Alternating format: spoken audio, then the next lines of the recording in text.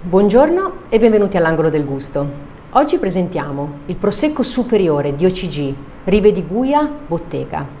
Il termine rive distingue i vigneti situati in singoli comuni o frazioni, posti su terreni ripidi e scoscesi, vocati alla coltivazione di uve di grande qualità e tipicità, dove la gestione delle viti è esclusivamente manuale e particolarmente complessa a causa della pendenza. Il vino dei poeti Valdobbiadene di OCG, Rive di Guia, è un prosecco superiore dry ottenuto dalla vinificazione di uve glera coltivate in un'area limitata, tra le più tradizionali ed esclusive per la produzione di questo spumante, le Rive di Guia. È l'espressione autentica di un territorio caratterizzato da condizioni climatiche e morfologiche perfette per il raggiungimento di una completa maturazione. Un paesaggio di rara bellezza, con vigneti disposti a girapoggio, che punteggiano le colline a creare un ambiente viticolo unico, perfettamente integrato con un territorio nel quale la coltivazione delle viti risale a più di 1000 anni fa.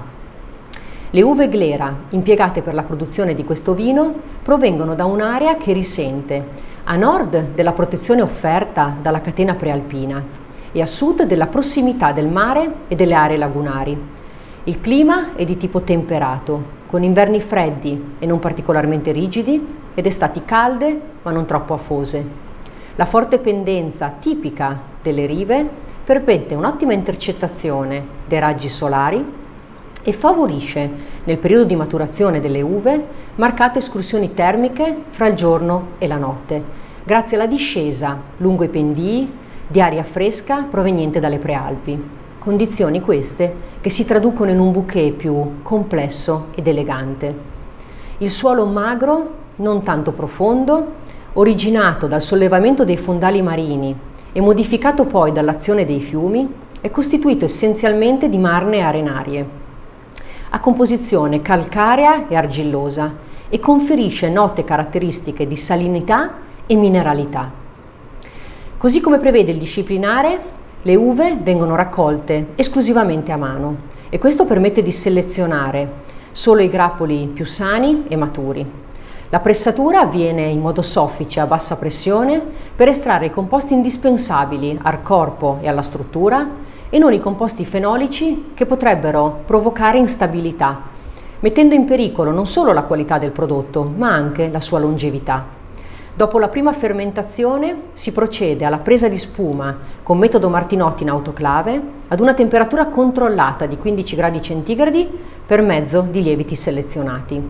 Al termine, il vino viene lasciato in affinamento sulle fecce per 2 mesi, durante i quali, grazie all'autolisi dei lieviti, vengono rilasciate delle sostanze che ne vanno ad arricchire il corpo, la struttura, l'aromaticità e ne bilanciano il tenore zuccherino. Successivamente alla stabilizzazione a freddo, il vino viene filtrato, imbottigliato e dopo qualche giorno di affinamento in bottiglia è pronto per deliziare anche i palati più raffinati ed esigenti, ma procediamo con la degustazione.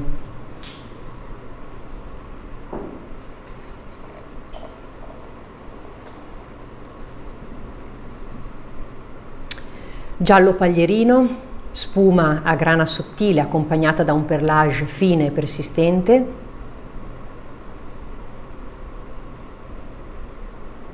Elegante, netto, raffinato. Al naso apre con predominanti sentori fruttati, fra i quali spiccano la mela, la pera, la banana, la pesca, ed evolve verso sentori floreali di glicine e gelsomino.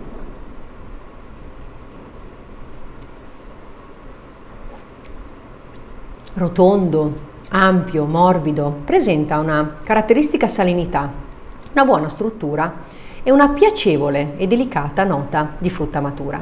Vi ringrazio per l'attenzione, ci rivediamo all'Angolo del Gusto. Cin cin!